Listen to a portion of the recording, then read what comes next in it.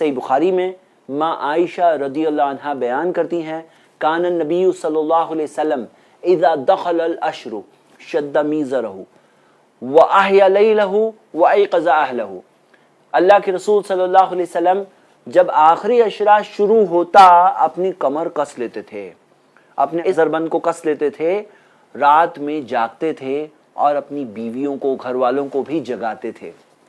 اس حدیث سے ہمیں پتہ چلتا ہے کہ پیارے نبی محمد صلی اللہ علیہ وسلم جب آخری عشرہ شروع ہوتا اپنی کمر کس لیتے۔ شد میزرہ سے دو معنی نکلتی ہے، اس میں ایک بات ہے کمر کسنا، کمر کسنا اردو میں بھی محاورہ ہے جس کا مطلب یہ ہے کہ اپنی عبادت میں اور آگے رہنا، کس کے کام، کس کے کوئی چیز کرنا، مطلب جم کے کرنا، تو کمر کس لیتے۔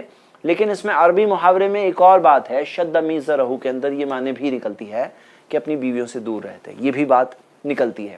کس اعتبار سے آپ سمجھ رہے ہیں؟ شد میزرہ واحیا لیلہ، رات جاگتے، خود جاگتے، وایقظ اہلہ، گھر والوں کو جگاتے۔